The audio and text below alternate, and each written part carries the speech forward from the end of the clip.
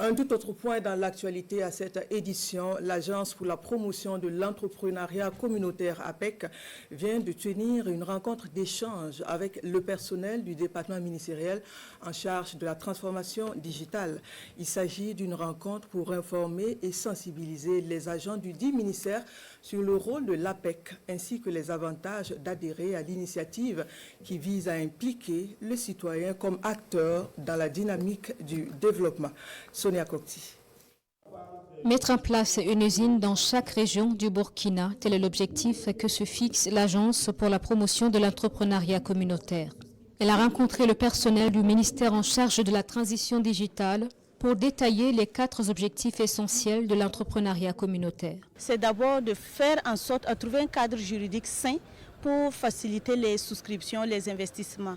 Deuxièmement, c'est de faire en sorte d'identifier les secteurs porteurs.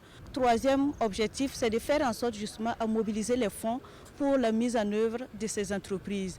Le 4e objectif, c'est de travailler à la pérennisation de ces entreprises. Des questions et suggestions ont marqué les moments forts de cette rencontre. Certains agents ont pu souscrire sur place et d'autres ont augmenté leur part. Pour la première responsable du ministère en charge de la transition digitale, la séance avec l'APEC était bien nécessaire. C'était l'occasion pour redécouvrir ou en tout cas mieux comprendre cette initiative, répondre aux préoccupations des agents et surtout les sensibiliser, les encourager à s'engager pour la réussite de cette initiative et en être des ambassadeurs autour d'eux.